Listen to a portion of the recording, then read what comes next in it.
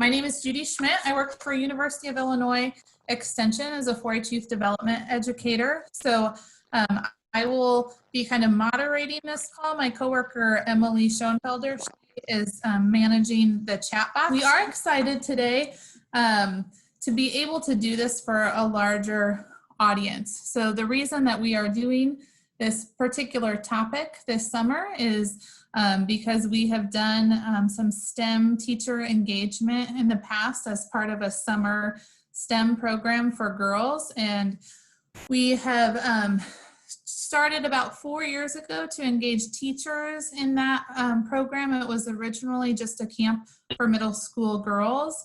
And we added teachers to that program about 4 years ago, both as sort of mentors for the girls, but also as participants so that they could learn about how we were connecting the girls with local STEM careers and community partners in the hopes that they could then go back to their classrooms and do some engagement in their classrooms. So this year, due to COVID-19 and some of the restrictions, we weren't able to do our camp and our teacher experience. It would have been this week. So instead of that, we thought it would be good to bring together some of the faculty that we've engaged. We always partner with Bradley University. So we have Michelle Edgecombe Friday with us. She was always a person who kicked off the teacher in service for all the teachers. So she will speak a little bit today about the experiences that we have planned. And then we also invited 4 of the teachers who have participated in the past in some of our teacher engagement to talk about what they are doing in their classrooms and what they thought of the program. So they will be talking a little bit. We have some questions kind of preloaded for the panelists, but we do open it up. We welcome your questions, and we think it will really enrich the call to hear what you have to say as well. So I'll just quickly go over the goals for our call, and then I'll turn it over to Michelle to kind of talk about what she's talking about career exploration. So our goals today are really just to help all of you gain an understanding of the importance of incorporating STEM career exploration activities into your own classroom activities or out of school time activities if you aren't a teacher. Learn about some of the exciting and engaging strategies that teachers are using to explore STEM careers in their classroom, and also to help you think about how you can connect to your own local resources. So the teachers here that we have are from this area. We are in the Fulton-Mason-Peoria-Tazewell Unit. So that's kind of the center of the state. But we know we have people from across the state on the call today. So we just want to help you to kind of think about how you can engage with your local resources. So Michelle, I'll turn it over to you to kind of talk about career exploration. Okay, thank you. So if we had been doing this in person, what we would normally do is a full workshop on career exploration as part of STEM education and why it's important for all students, but especially for girls. And I normally start that out with some discussion about what constitutes a career in STEM and what kind of representation we currently have. And there are a few things that I wanted to just kind of kick this off with in terms of why is this still so important. And I've got 2 main points in this. One is that if you look at educational attainment in the United States, you see growth in STEM fields for women earning degrees that have been trends over the past, honestly, few decades. And when you look at those stats, frequently we start to have conversations about, do we really even still have a gap for women in STEM? Do we need programming specifically for girls? And I would argue absolutely yes to both of those. We still have a gap, and we still definitely need programming, especially taking in the needs of girls, especially girls of color, which we'll get into a little bit as well. Because the ed statistics, even though they're showing gains, they have a tendency to mask things because of very large gains in a small number of fields. So for example, you might see that there are roughly even, or at least growing, numbers of degrees awarded to women in the STEM fields, but that tends to be dominated in two areas. One is biological sciences and one is psychology. Over 50% of all bio and psych degrees are awarded to women across all levels of attainment, bachelor's, master's, and doctoral. But when you look at the stats in the very high paying fields, you see a very different story. For example, only about 18% of degrees in computer science go to women. Only 39% of degrees in physical science, but those are mainly chemistry. Not that that's not great. Full disclosure, I have a degree in biology and in chemistry. But far fewer in physics and only about 20% in engineering. Also about 43% in math, but if you look at the numbers from 1997 to 2016, the number of degrees in computer science for women are actually going down at the bachelor's level. So fewer people are going into that field over the past 30 years or so. Okay, so that's part of it. Establishing that we really do still have some work to get interest, especially in technology and engineering.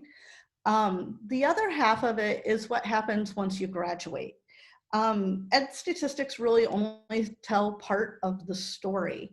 So according to the Department of Commerce, I have sources for the other things too, but I didn't think to say them. But according to the Department of Commerce in 2017, in the United States, women held 47% of all jobs, so just slightly less than 50, but less than 24% of jobs in the STEM fields. This is especially concerning because there is a smaller wage gap for women when they go into STEM. There still is a wage gap. It's about 80% of, women make about 80.3% of what men do in STEM fields. There are a variety of reasons for that, but that gap is smaller for STEM fields than it is for non-STEM fields. And women who do go into STEM make about 35% more than women who go into other areas. Okay, so that said, and this gets into at least part of the pay gap, women in STEM are way more likely to go into both healthcare and education. That's not necessarily a bad thing. I'm not trying to say that it is, but it does tend to be lower on the pay scale. And it raises questions about what we're doing to really present the variety of careers that are available and what we can do to try to engender interest across the board and quite frankly, persistence once you're in those fields. It's another thing, women are more likely to leave STEM than men are. So those are just some of the reasons why, if you're wondering why is career exploration important, those are just some of the reasons that I think are worth exploring in areas where we might have questions. Judy, I think that's about my 5 minutes. Sure. Okay, so we're gonna introduce the panelists now. So as I mentioned before, these are 4 teachers who have participated in our one of our STEM experiences previously, and I'm going to let each of them introduce themselves, and then we have a few questions that we will ask, and they will answer if they find that question relevant to themselves, and then we open it up at that point for your questions as well. So you may type them in the chat or ask them. So the 4 teachers that we have are Tracy Tom, Dawn Gurish, Carol Benson O'Connor, and Matthew Hageman. So I will let you each introduce yourselves. so that you can tell people what you would like to know about yourselves. So Tracy, if you want to start. Can you hear me okay? I've been having some internet issues. Yep, we can hear you. Okay. I teach in Havana. I started teaching, I had all math classes and one science class, and now I teach all science. I just finished my 30th year and have been doing STEM since before it was called STEM. We did engineering design and science investigation. Hi, I'm Carol Benson O'Connor. I currently teach fourth grade Gen Ed at Hollis Grade School, which feeds into Limestone High School in the Bartonville, Central Illinois area. I also teach a fifth grade science course as well. I did complete this past year my master's in STEM education at Bradley with Michelle as one of my mentors, professors. I have really enjoyed incorporating STEM activities and inquiry-based learning into my science curriculum. It has really been a basis or foundation of leading discussions and pursuing paths of interest to students by engaging those foundational questions, inquiry-based mindset that leads to some really fantastic STEM activities. I do a little bit of professional development speaking at some workshops and such on inquiry-based learning, and kind of up in the game in our assessments with 21st century classrooms as well. And I very much enjoyed being a part of the Girls STEM Camp last summer. Really wonderful experience. Hi, my name is Dawn Gersich, and I teach Rolling Acres over in Peoria. Teach sixth grade science and social studies. I actually started off my career in early childhood working with preschool children, and then just worked all the way up through the grade levels, and I'm stopping at sixth grade. I'm also a volunteer through FIRST. That's a robotics competition. I work with high schoolers in the FRC and middle school for FLL. So that's me. And my name is Matthew Hageman. I was part of, I guess, the first year that teachers were welcomed into the 4G STEM Camp experience. And I had a great experience as well, exploring careers. At that time, I was a middle school science teacher. I spent 6 years as a middle school science and technology teacher. And at this point, I'm now teaching mostly in higher education and developing curriculum for K-12. Okay, so I'll start with the first question, and there's no order to who answers what questions. You can just answer as you see fit. The first question is, why did you incorporate STEM career exploration and community engagement into your curriculum? What do you think are the benefits to your students?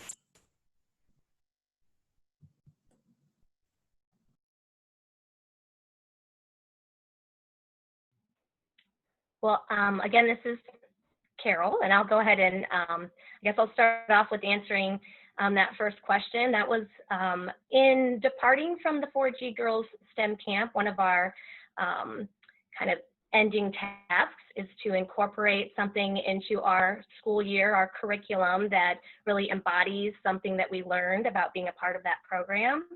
And I was just so encouraged and admired so much the work that the individuals, our career folks put forth in explaining their careers to the girls and showing them what they did in their daily lives of their careers, and just how engaged each of our STEM campers were in learning about their journey. So that was something I really desired bringing to life in my classroom. My goal was to, on a monthly basis, have someone come in and someone within the community to talk about their profession, hopefully have an activity that they could share with the students. So one of the experiences that we had was with an audiologist. And again, a lot of times it's just great to use some of your resources, whether it's like friends that have professions that they could share, maybe you're teaching about a certain topic like energy and you want to seek out some opportunities with corporations that are nearby that maybe do wind energy, or, you know, Ameren, who is our electricity and such. But it was just really great to have our audiologist come in, and we had been learning about sound energy and what she had to share and what she brought to the table, and her personal experiences really elevated the students' understanding. And they also just really enjoyed having that background knowledge from our own learnings that they could share with her, so that they felt like, hey, we know some of these things, and they really felt a part of the discussions and having a good foundation of knowledge about what her job entailed and about sound energy itself. So I just saw that energy from students and really wanted to replicate that energy in the classroom with students having those experiences with career people. So, and plus it just makes the learning more pertinent to real life. So I would add to what Carol has said, and basically, I guess I've worked in a number of rural school districts. So a lot of times students didn't have opportunities to spend a lot of time in the big city and see a wide variety of careers. The only careers they really get to know are the careers of their parents, their parents' closest friends, family members, and the people that they visit. So the doctors and those sorts of things, those are careers that they're really aware of. But a lot of the other careers in the STEM field are things that they have trouble kind of getting exposure to just as part of their daily life. So my goal as a teacher was every quarter for every class, I tried to bring in some sort of career speaker to go along with what we were learning. So, it varied year by year who I knew, who I could ask to come, but that was my goal for myself. Once a quarter for every class that I taught, I wanted someone to come from the outside and share the journey that they had gone through and what they learn, what they do. And students have told me that it was a valuable experience. And I would tag on with what Matthew said, that even though I teach in a larger school district, I do still feel like many of the students are only familiar with careers that their parents do, or grandparents, other family members, and of course what they see in their daily lives. And I wanted students to be exposed to the huge variety that everybody, a lot of kids, oh, you're good with math, you should be an engineer. But I wanted students to move beyond knowing that there's engineers to knowing that there are many different types of engineers. I didn't want children to feel like they were tunneled into one particular career path when maybe they could find, say, an engineering degree that also fed into their interest, reading art or media. And there's just so much available out there now. So that was my big goal. I wanted to move beyond there are firemen, policemen, chefs, the preschool sort of way of looking at careers and moving towards a more in-depth look at careers.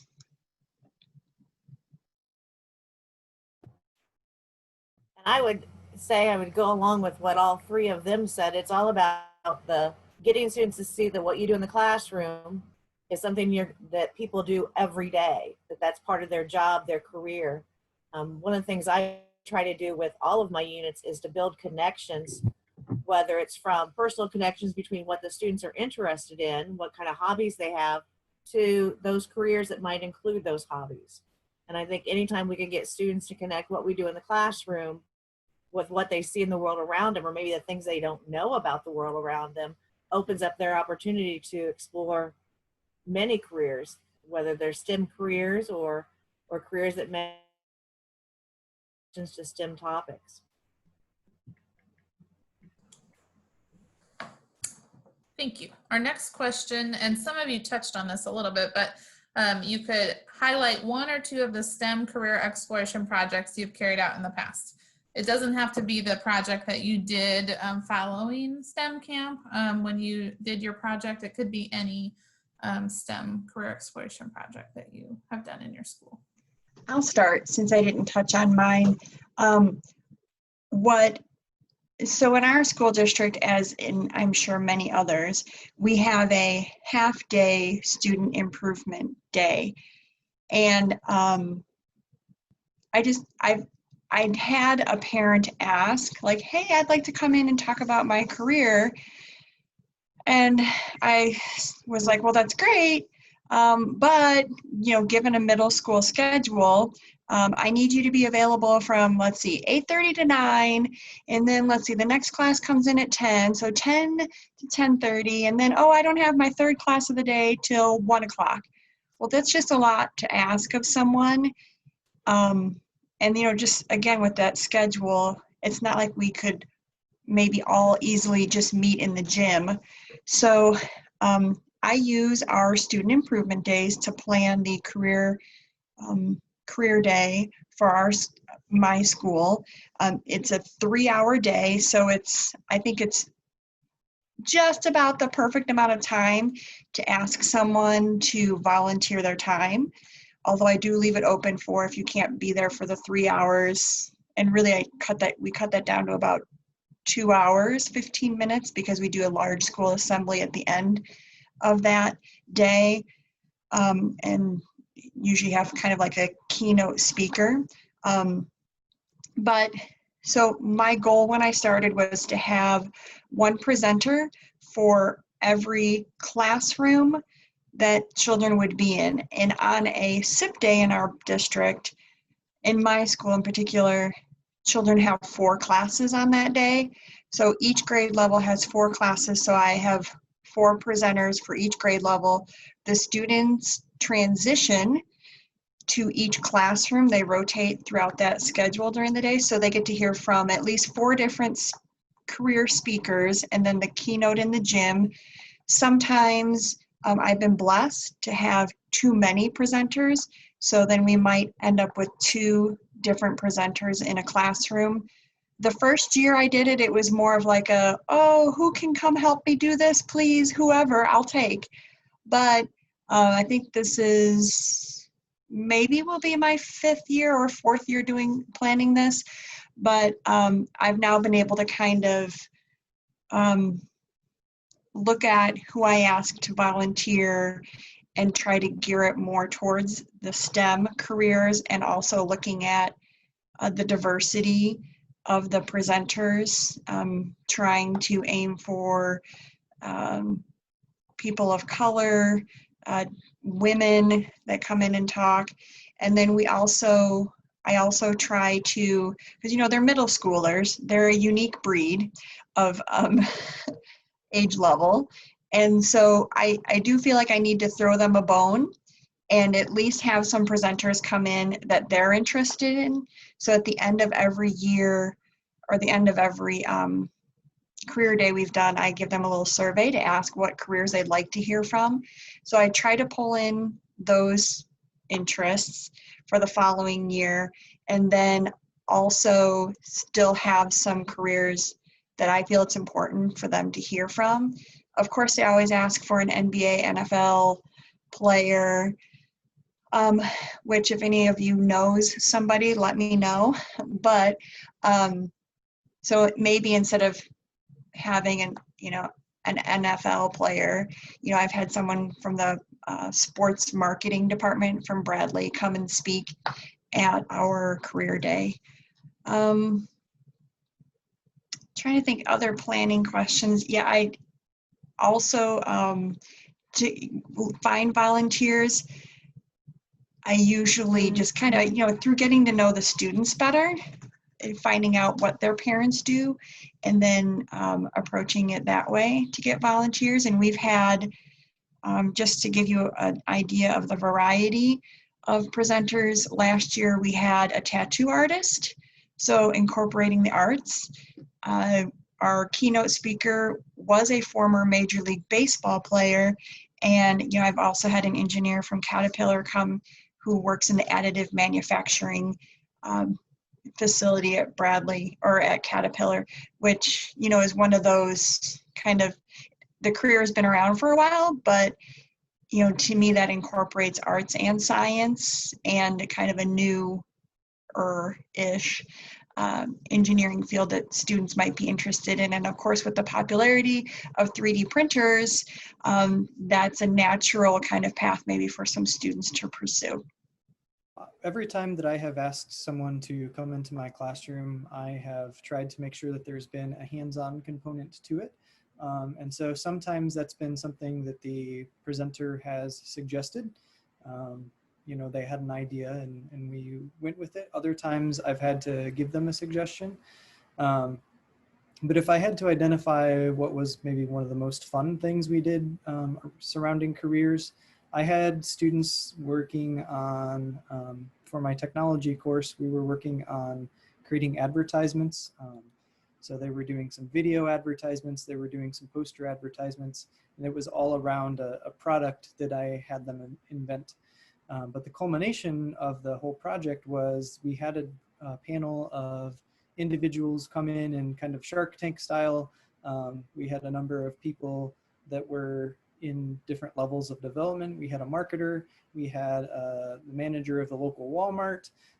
We had some different people come in and kind of give their opinions, give their accolades to the students after all of their hard work. So that was kind of a cool celebratory thing for us to do as they did their final presentations, as well as a chance for us to incorporate a good Q&A.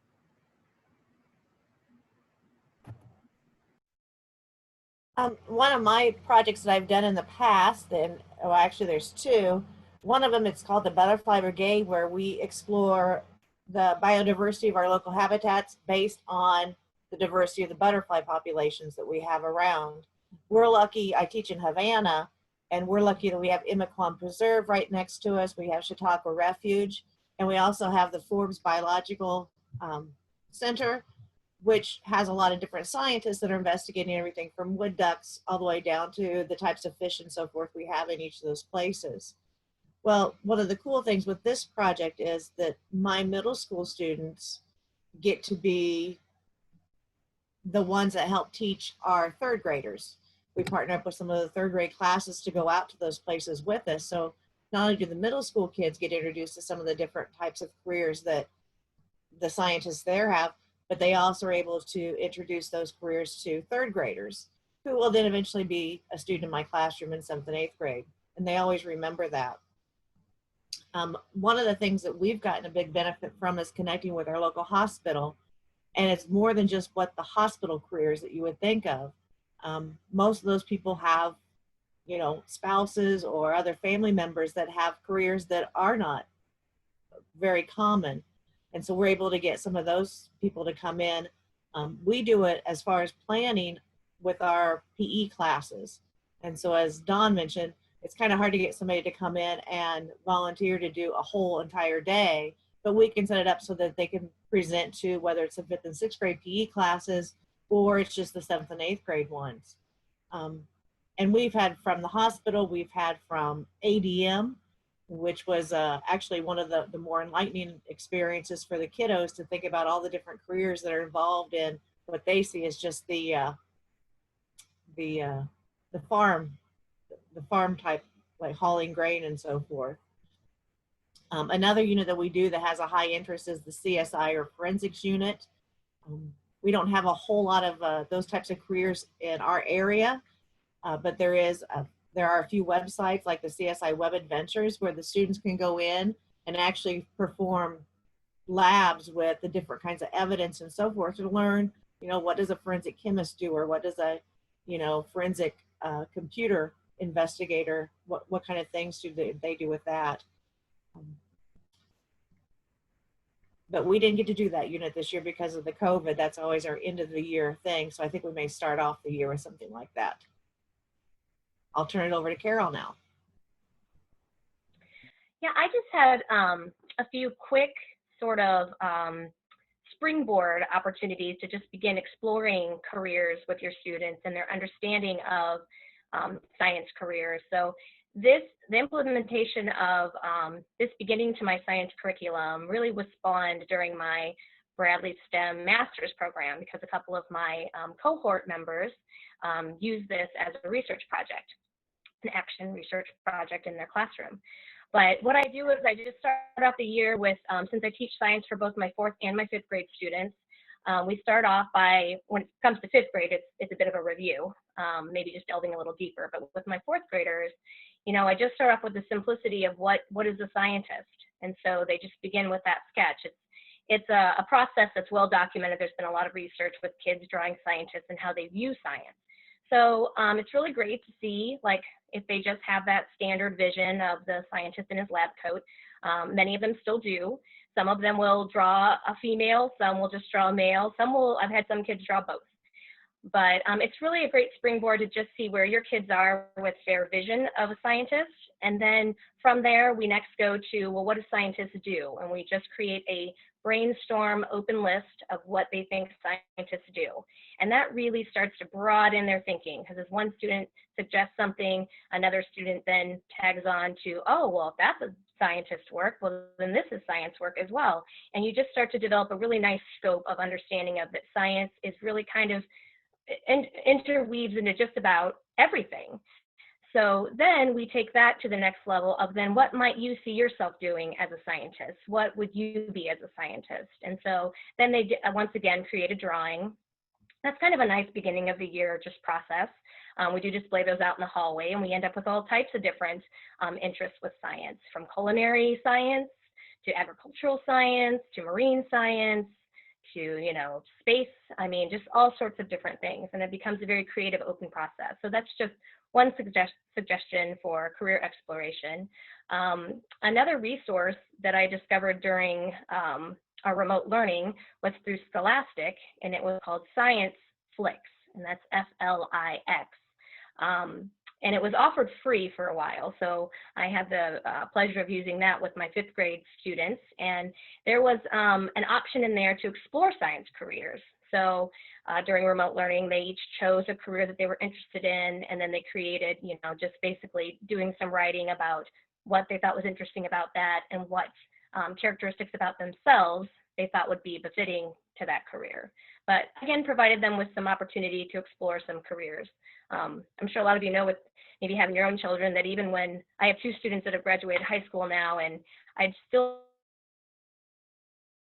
think we're a little deficient in providing a wealth of information to kids about what opportunities are out there for them to pursue in their careers.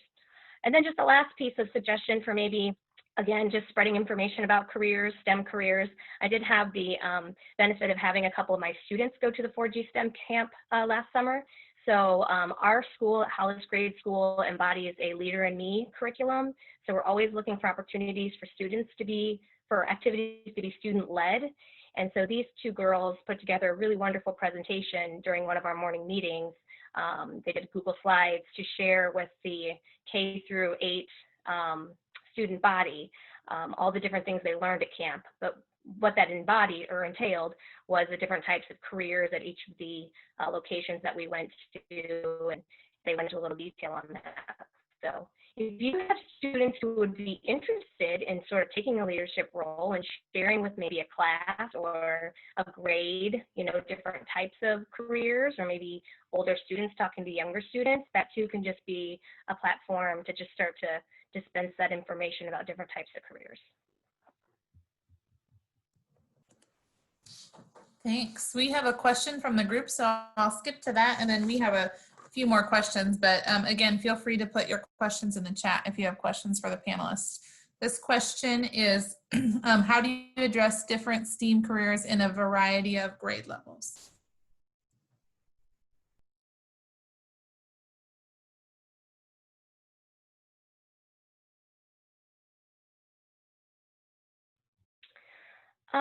Just for a brief answer from myself, I have taught from, kind of like Dawn, I started with the preschool kiddos. So I taught a few years in preschool, and then kindergarten first. I'm now 4th, and then also 5th.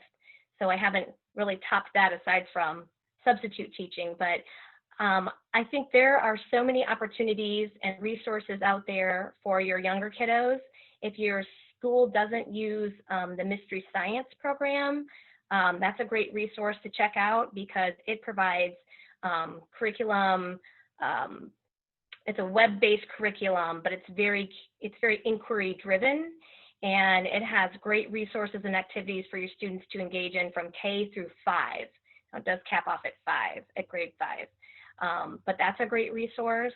And again, just in some outside community resources to share things with your students at those younger ages, having that person there to kind of steer the conversation and to share their experiences, I think it's still very engaging no matter what grade. I remember being in Bright Futures preschool program, and one of the dads coming in and talking about, you know, being a nurse and bringing in a stethoscope. And I think that STEM activities can very easily be tailored across the board for grade levels. And there are some really great resources to delve into. Like I mentioned, Mystery Science is one. NASA has a lot of great resources for learning, National Geographic.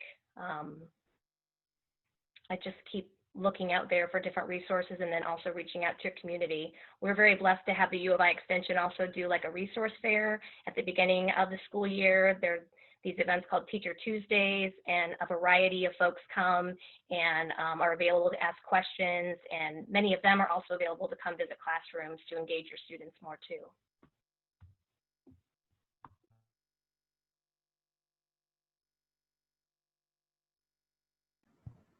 So I guess I would say that integrating STEM careers is something that absolutely should happen across all grade levels. I think it looks perhaps a little different between kindergarten and high school. At kindergarten, we're probably talking more basic things, whereas as we're getting into high school, we want to make sure that we have some depth, right? Maybe that's where we bring in different types of engineers, as Dawn was saying. But I think one of the suggestions that I would have is always try to tie those careers into what your standards actually are. There are a lot of standards in NGSS that do kind of suggest careers.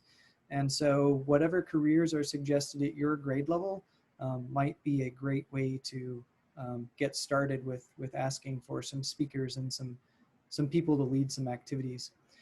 The other thing that I would add as kind of essential, or maybe just a lot of fun, is all these different people with all their different careers. I really like to ask them to bring a tool of some kind that they use in their work. I ask them to bring a tool and share that with the students. So for a doctor, that might be a stethoscope, but you'd be surprised at the variety of tools that people use in different STEM fields.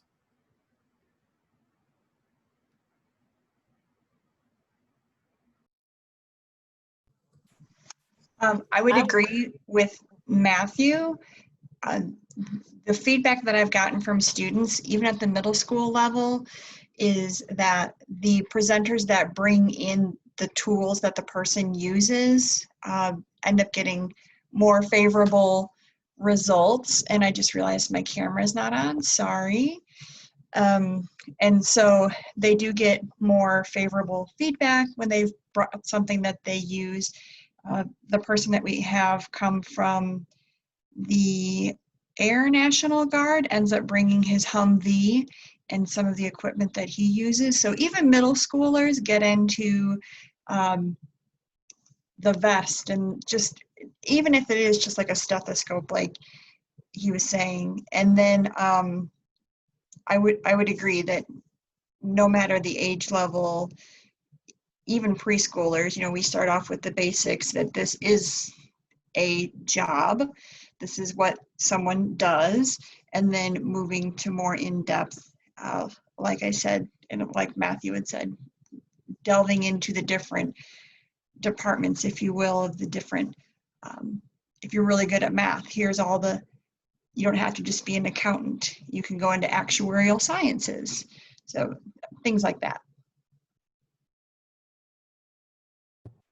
And I would agree with all three of them as far as it being available at every grade level. I think the sooner you start the conversations about careers, highlighting the STEM careers, especially when we do our work with the third graders, a lot of them have questions about what different scientists are. By the time they get to 7th and 8th grade, they're starting to look at, well, I think I might like to be a freshwater biologist or a certain type of engineer. And then we can go in deeper with that to figure out, you know, what kind of education you're going to need, what classes will you need to take, what kind of things might you do in your job every day. And with the older kids, we can start to pair them up with maybe a mentor in those careers. Whereas the younger kids, we're trying to introduce them to the vast majority of, or the all different types of careers that they have available out there, so that by the time they get middle school, high school, they have an idea of kind of maybe where they want to go, what kind of things they want to study. I always say I don't know what I want to do when I grow up yet, so I'm still looking at that. But I think the younger you start that conversation, it broadens their horizons. They have a better idea of maybe things they could do based on what they like to do, whether it's in pre-K or all the way up through high school. And I did forget to add that the one difference between what I did in the preschool age level and now is that I do ask the speakers to add in the soft skills that are required for their career. I've had several students throughout the years say, well, I don't need to know how to work in a group because I'm just going to be my own boss. I'm just going to run my own company. So I don't need to do this group sort of work and learn how to get along with others. So we do kind of pull in the social emotional learning, if you will, in that way, and then also try to bring in that age level. So a little something different than what I would do at the preschool level. There was another question that I think you kind of all addressed in this last one, but it was just, do you think starting these types of STEM career conversations are okay to have started in, say, second grade? And I think you guys all talked about that. One resource that I wanted to share that's virtual is the Peoria Playhouse Children's Museum. Started doing, I think it's weekly career highlights. So they highlight a career, and I noticed the last one did have a tool, like it was a doctor, and they talked about like the light they use to shine in your eye and how that affects the pupil of your eye. So that just made me think of what Matthew was talking about the tool. I don't know that they all do that, but it is a good resource. The Playhouse, for those of you that are not familiar with it, is usually targeting younger kids, preschool to probably middle, third grade, fourth grade. So that would be a good place to check out some careers for younger kids that you can access virtually. The next question is, has anyone on the panel or in the group ever used Inspire Science by McGraw-Hill or Elevate Science by Pearson? I know a couple of you answered that, but anyone else? I haven't used either of those, but our curriculum committee, when we got a new science textbook, did look at both of them.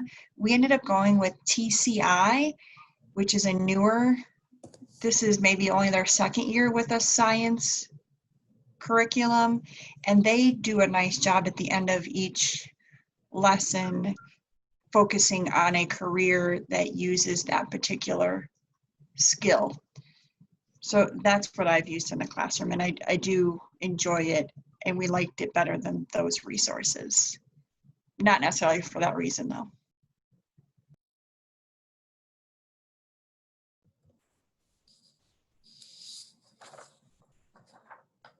Okay, I think we've gotten all the questions in the chat so far. So I'm going to go back to one of my questions. Feel free to keep putting other questions in if you have them. The next question on my list is, how did you connect with community partners?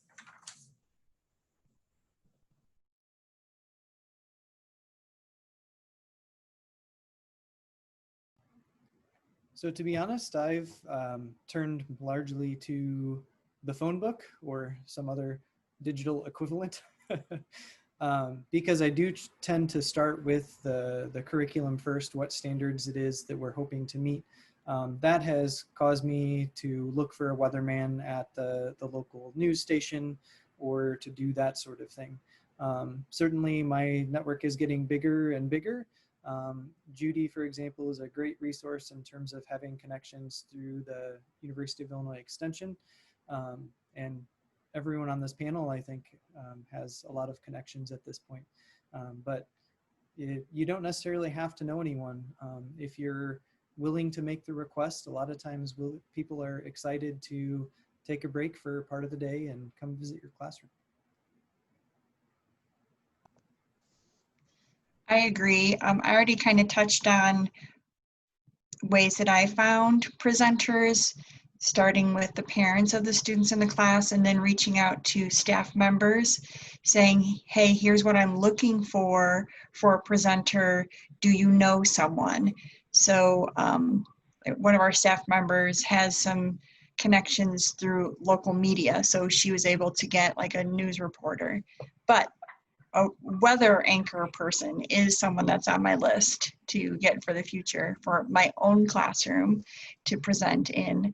But I would say that if you're considering asking parents, part of my survey, if you will, that I send out to the presenters that are coming is asking them whether they want to be in their child's classroom to present or not. Because middle schoolers, you could damage them for life if their parent were to come in and speak and they didn't want that. But some like my daughter would have been fine with it and would still welcome it probably to this day, and she'll be a junior. So I always throw it out there and I ask the student as well, but really I leave the choice up to the parent because they are volunteering their time. Yeah, I would also just concur that like doing some research on folks locally who might be a good fit for what your curriculum entails. Even, I've been at the eye doctor before and had the same eye doctor for a while and just will randomly be like, might you be interested in coming and speaking with my class? I teach 4th grade and we've been learning about vision and, they're just fascinated with the eye. And so sometimes it's just merely just igniting that conversation in hopes that maybe they will oblige and be interested in visiting you. Or such as my eye doctor, he wasn't particularly enthusiastic, but then suggested that maybe another eye doctor at his building would better serve that, role. So, and then sometimes it's just those connections and discussing that, then I had a student's parent who said, well, we have a fantastic eye doctor and he would love to come visit. And you just start to build those connections.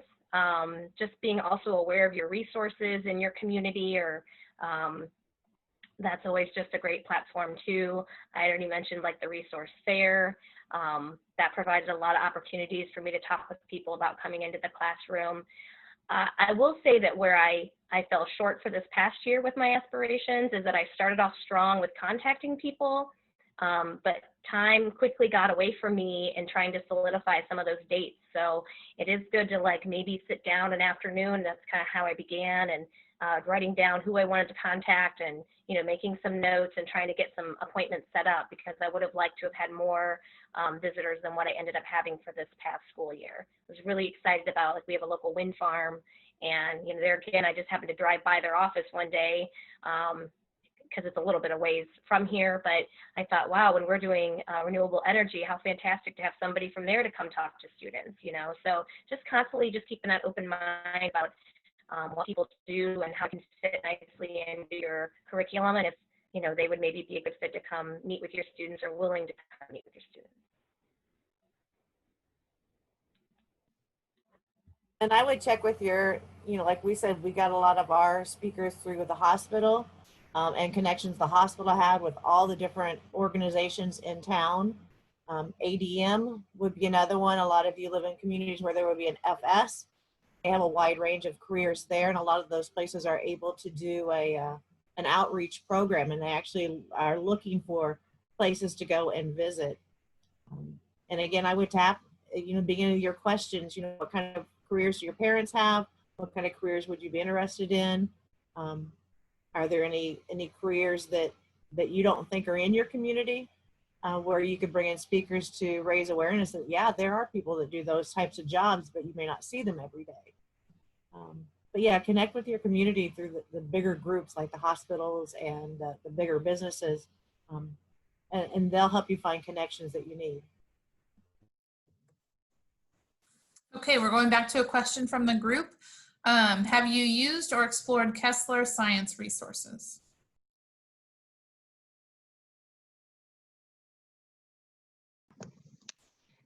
I have, but in terms of career exploration, I haven't seen anything that would fit that.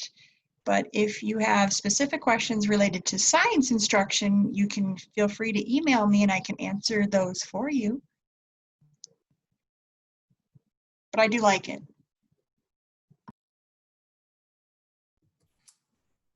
The next question is from Matthew. Matthew, can you explain more about how you used NGSS to find the careers link? Forgive me, it's been a while since I've spent a lot of time with next generation science standards, but speaking specifically to earth science, I know that kindergarten, it feels like a soil scientist would be someone who would fit in really well when you're looking at what it takes to make a plant grow and do those sorts of things. Third grade, I remember there being natural disasters as something that is being studied. So that's, you know, a career that might bring in that meteorologist or someone who deals more specifically with that. For example, I have a friend who's a volcanologist, and so I always used that when we studied volcanoes. We had a nice Skype call.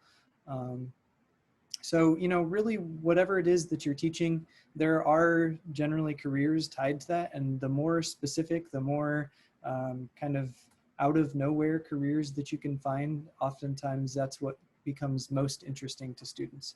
You know, they've met a lot of doctors, but they haven't met a lot of volcanologists.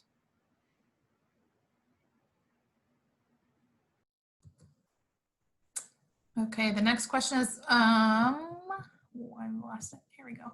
Sorry. Has anyone on the panel found any programs that simulate hands-on scientific exploration? For example, BrainPop offers a simulator that allows students to create their own simple or series circuit.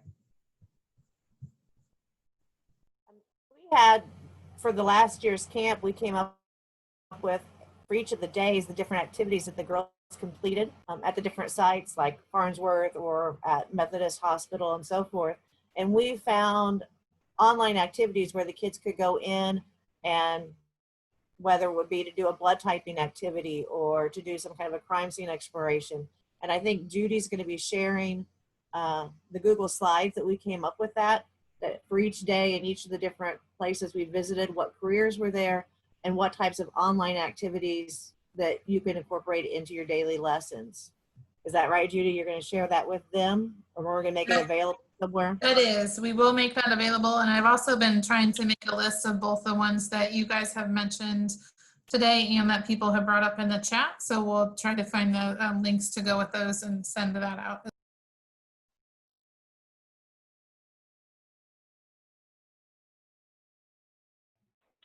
I know that when we were talking about weather in fourth grade, that there was and I apologize, I don't know the link, but there was an interesting like hurricane simulator. So the kids had to kind of take the conditions and create them as such to make like the conditions ripe for a hurricane to occur. So there was a lot of different they had to like adjust measurements and wind speed and moisture and things like that to create conditions that were, like I said, ripe for a hurricane. So maybe I should Google in another window what the hurricane simulator connection was, but they really enjoyed doing that. And again, Mystery Science really does have a lot of science application projects or tasks that are great for students. There was also one that engaged a lot of different engineering skills where they had to protect a city from a hurricane and flood. And so the kids played different like engineering roles in that particular activity. So that was a really great one. Most of my Mystery Science experience stems from, I utilized it for first grade when I taught first grade, and then also with fourth and fifth grade. But there's really a lot of great investigation through that program.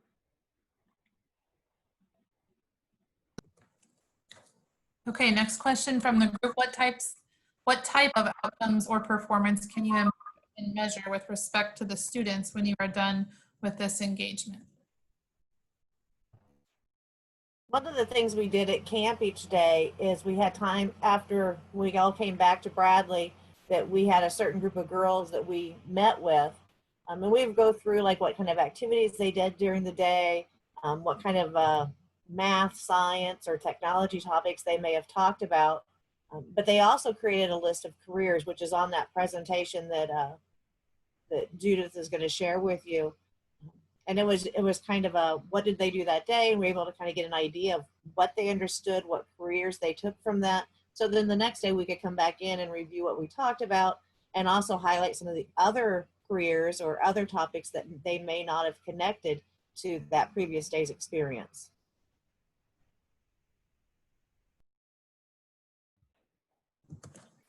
I would like to share that one of the foundations of my inquiry-based lessons when it comes to outcomes and performance is more of, I utilize checklists a lot that the students and I create together.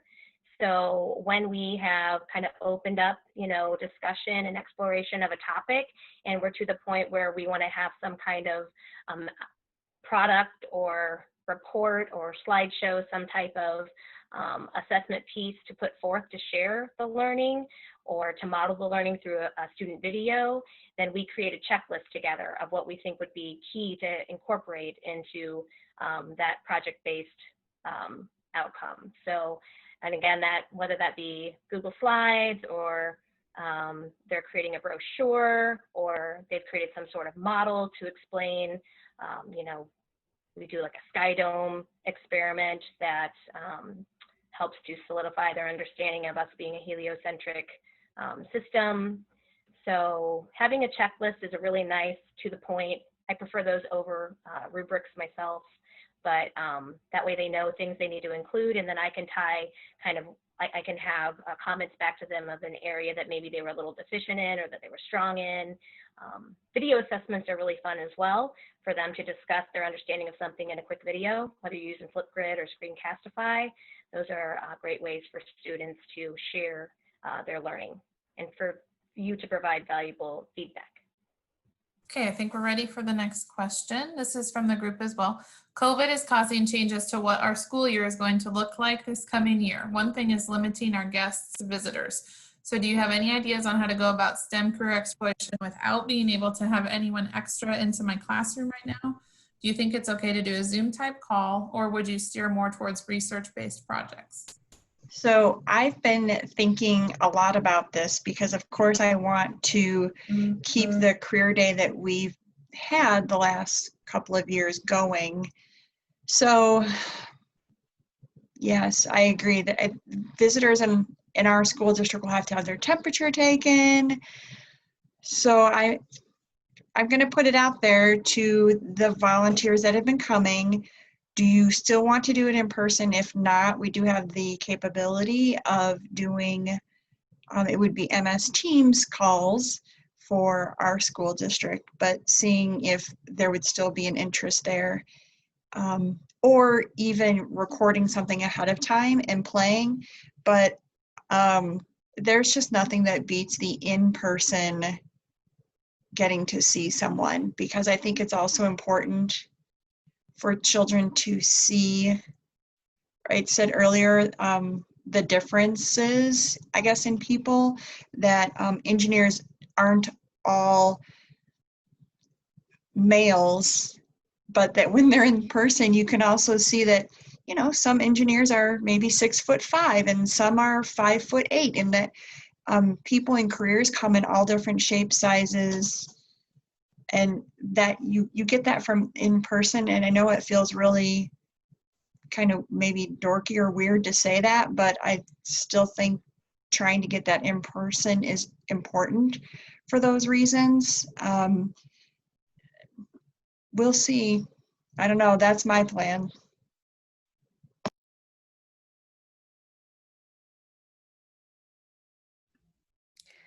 I'm not really. Oh, go ahead. Sorry. Sorry, Carol. No, go ahead. I was just going to say I wouldn't allow, you know, the current situation to deter you from bringing in great resources to your classroom, whether it be a Skype call or like Zoom, again, obviously like the platform we're using now, but that is one of the real benefits, at least if you can't have, like Dawn said, that personal interaction, which is so vital and key we are fortunate to have these other resources to use to engage students in interacting and asking questions with someone else in a career or who has some knowledge and expertise to share. So I would just encourage you to, maybe if that's clearly like having the guests in your classroom might not be an option for this year, to still maybe just have a goal of incorporating a couple of people through, through a call, like I mentioned, the Skype or another resource.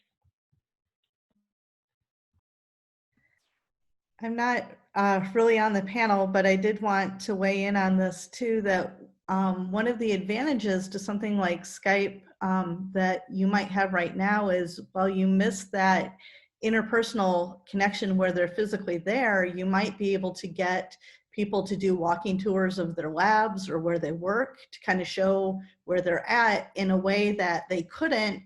I know that it's hard to get field trips to go to places during the school day, but this is something that might actually be a little bit better during the social distancing.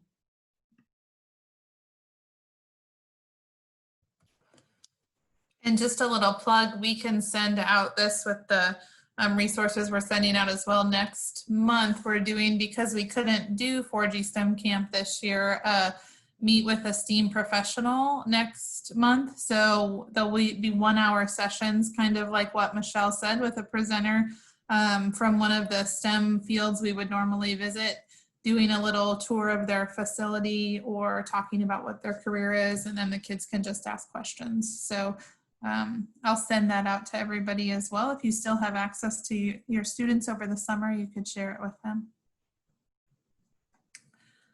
Okay, the next question from the group is, at the beginning you discussed the need for interest to girls in this field. How has the panel dealt with this in the classroom to get more interest with girls? Also, do you notice this among all backgrounds in ethnic, rich, middle class, poor, those of color? What have you come across that works to help with this?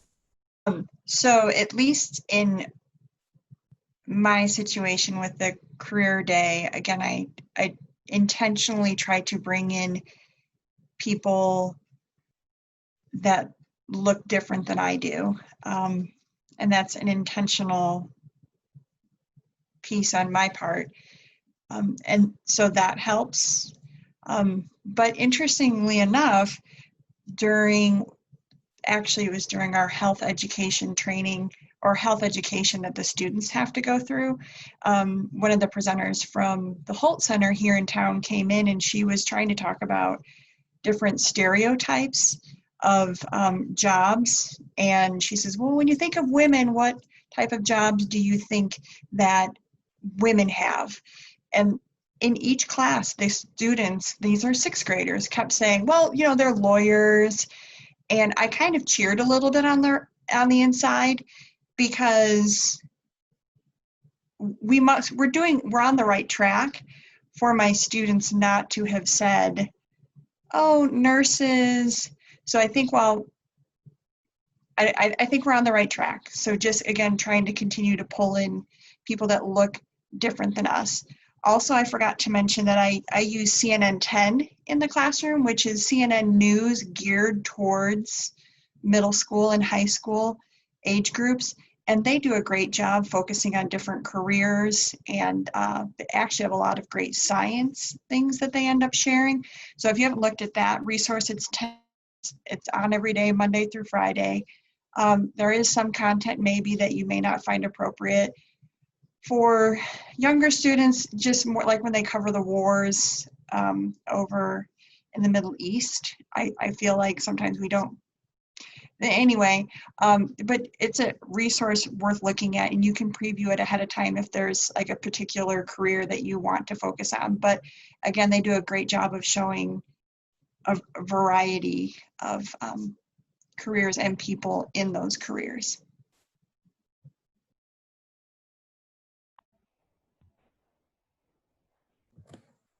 Okay. I would like to share that my fourth graders did a research project with our eighth graders to bring light to historical figures who have not received the accolades or notoriety that they deserved for their findings, research, accomplishments. So we connected, like I said, 8th grade to 4th grade, and they created just a infographic to celebrate individuals who haven't been recognized as boldly as others. And the gentleman's name escapes me at the moment, but one of them was the gentleman who helped to like discover the North Pole, Rosalind Franklin, who helped with the identification of DNA, just a variety of people that you can Google and create a list of individuals that haven't been properly represented. And so that was a really inspiring and nice investigative look in that regard.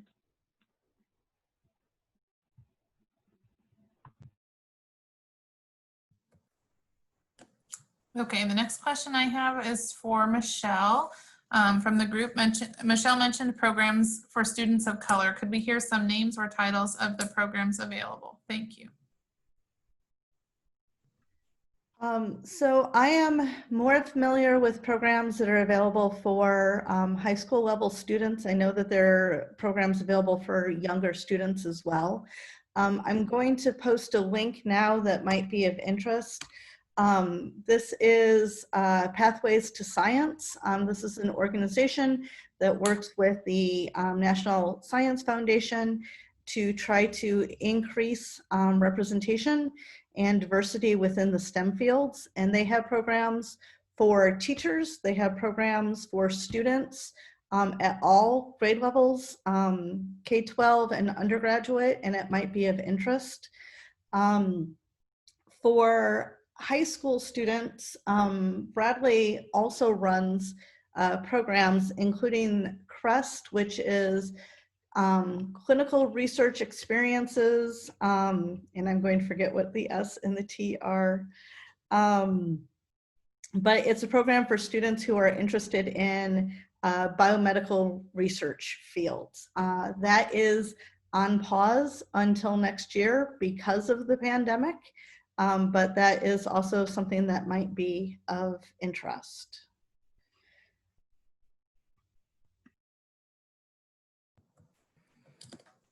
I don't know if everybody's following all the things in the chat, but I just wanted to highlight, and Tracy, you could talk a little bit more about it, but Tracy, one of the panelists, has a website called Science Spot, and it has an amazing collection of resources on it. Tracy, do you mind sharing a little bit about what's on there? Because I think it might be a good resource for some people. After the STEM camp last summer and all the ideas that the teachers that were involved came up with, I created an area called the STEAM Spot, and it has links on there to projects that we've done in the past, like the Junk Box Wars, a lot of engineering design things. Also has links to what I call STEAM Minis, which are activities that can be done typically in 1 or 2 class periods. It includes an introductory activity and often connects to careers that are related to those STEAM topics. And each one actually is going to connect to at least 2 or more of those STEAM topics to do that. The other one that's on there is called the Real Life Challenge. And that's something that our 7th and 8th graders do. They select a career, they research what kind of things they would have to do with that. And then as a team, we assign beginning salaries for them, and they have a chance to interview somebody that's in that career, and it simulates a life over 6 months. And so they have to find a house and find a car that they want and so forth. It's about learning how to budget their money, but it also ties in with a lot of career interest there, especially the first 2 months of that activity. That's also on the Science Spot there as well. And I would say if you're looking for a specific resource or something on there that you think might be interesting to add, please email me. Send me an email, let me know, or ask a question. I can try to find that. A couple other comments that weren't really questions that were in the chat, that just kind of related to what other people said about, the virtual being able to bring in other people is someone mentioned that their son is a meteorologist for the National Weather Service in Cheyenne, Wyoming. He did a slideshow and virtual presentation for 5th graders during e-learning. So I think it is good to kind of think beyond your local resources during this time, because lots of people are getting more used to doing things over Zoom or Skype, and can maybe do something from afar. The other comment was checking job listings may also provide a lot of inspiration in terms of who to contact or what fields to include. And someone else mentioned that students that are involved in their FFA program will come into your classroom for presentations and interactions. And one more, Black Girls Code is an organization that works to increase the number of women of color in digital technology space by introducing girls 7 to 17 to computer science. Another group that we engage with a lot in this area is the Society of Women Engineers. So if you have a association in your area, they have been a wonderful partner to do both hands-on things in classrooms and partnering with the events that we do as well. Another program that I wanted to mention too, this is for middle schoolers. It's DAPSUP. This is a program for STEM, especially a focus on engineering. It runs twice a year, and it's a longer term experience for students. It runs for 5 weeks, and students can sign up, and there are different classes that are running during each program. Usually some in engineering, some in medical fields, some in chemistry, some in math. It's kind of a wide-ranging program, but I can get contact information on that one as well. And the nice thing there is it is a longer term, more, it meets 5 weeks for about 4 hours per week. So there's a more in-depth experience there.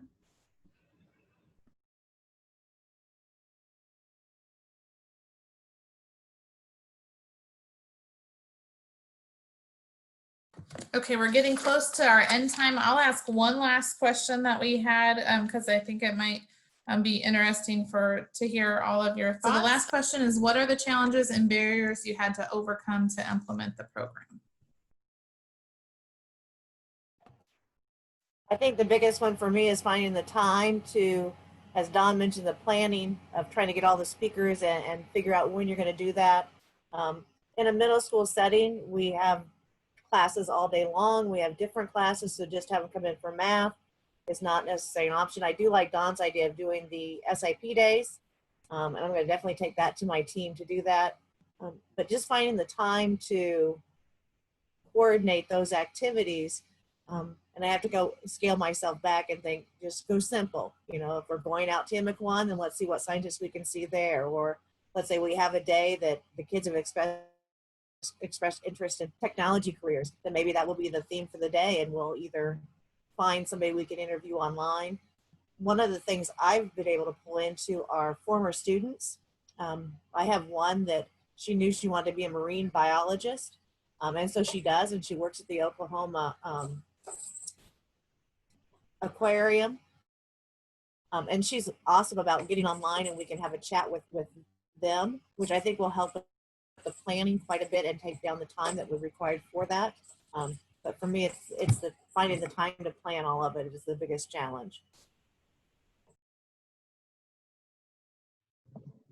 And I would say too, to kind of go along with what Tracy said, not just time, but sometimes just the follow through of communication from the interested party that you're hoping to bring to your classroom. Because I have had a few instances where, you know, there's emails that you send back and forth or phone calls that you make, and it seems as though that's going to come to fruition. And I have had a few cases where that just didn't quite pan out. So, you know, then just sticking with continuing to contact people to not lose your enthusiasm and hope to get someone in your room, because I had an artist once that was supposed to come do an art project with the kids, and I mean, we had lots of communication leading up to that, and then just all of a sudden, no communication.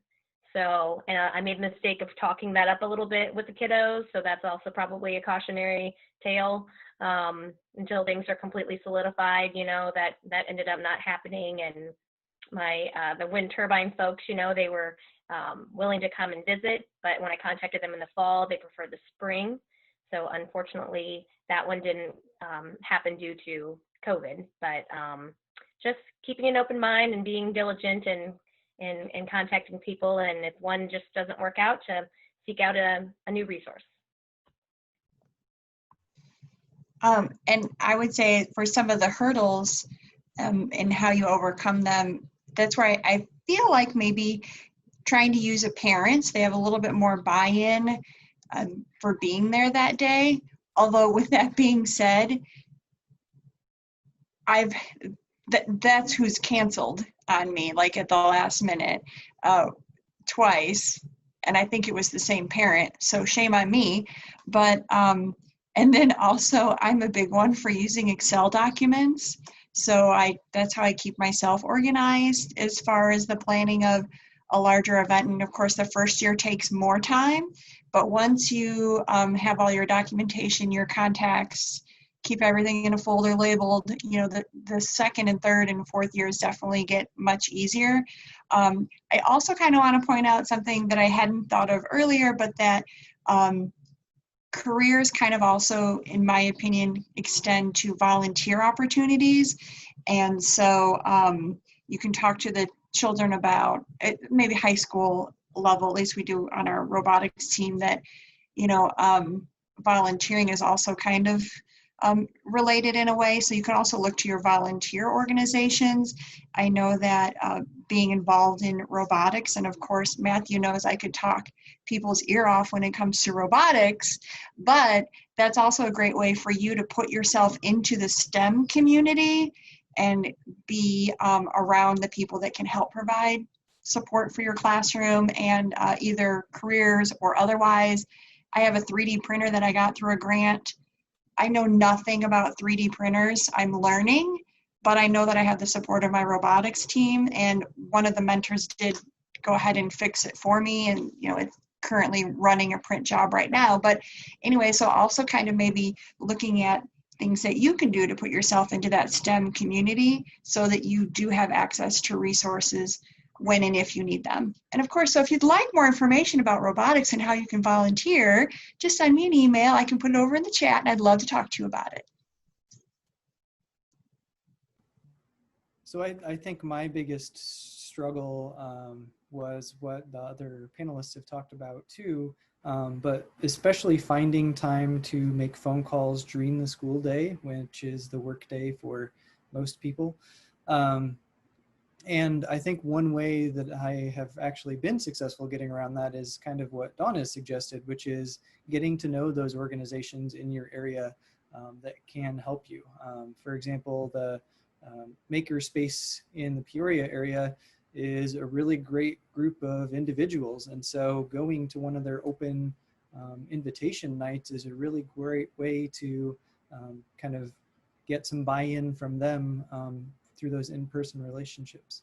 But I do want to emphasize that email is a great starting point in terms of getting in contact with someone you don't know. But if you really do want someone from a career to invite them into your classroom, either electronically or in person, I really would emphasize a phone call or an in-person meeting, something where you do get a much better idea of who they are and what they're able to offer. I've always been a little bit careful with guiding my presenters. If I think they're just going to talk to my kids for 40 minutes, I want to make sure that I have an activity ready and that they're prepared to help me with that activity. Because not everyone is an educator, and as educators, I think we have some viewpoints that can help everyone share what it is that they do with their kids.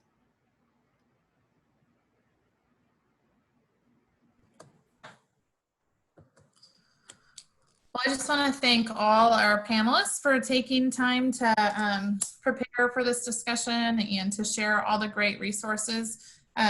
I have a huge list of things that both the panelists shared and people on the call. So We will send that out after the call. So there are some resources, potential speakers. We'll also send out information about the Meet STEAM Professional Series that'll be starting in July, as well as Carol mentioned earlier, locally we do things called Teacher Tuesdays, which are usually in-person events at different businesses in the area, but for a variety of reasons. In the future, at least some of them will be virtual, and the one that we do in the fall that is a resource fair will largely be virtual and highlighting different places that have virtual things that teachers can use. So I'll send that link out as well. And in the chat box, Dawn also mentioned Ignite Peoria, which is a big event here locally that has lots of STEAM presenters and activities, and they are also going virtual this year. So that resources will be shared as well, because there will be, I'm sure, lots of things that might be of interest to all of you as well. So thank you everybody who joined in the call for your questions and your engagement. That made it a great discussion. There are 2 more sessions. They're not panel discussions like this, but there are 2 more in this kind of summer STEM series. So next Tuesday and the following one. Next Tuesday is the scientific inquiry, and then the following one is developmental relationships. So I know we'll be seeing some of you again for those, but thank you to everybody who participated. We appreciate all of your voices and all of your input.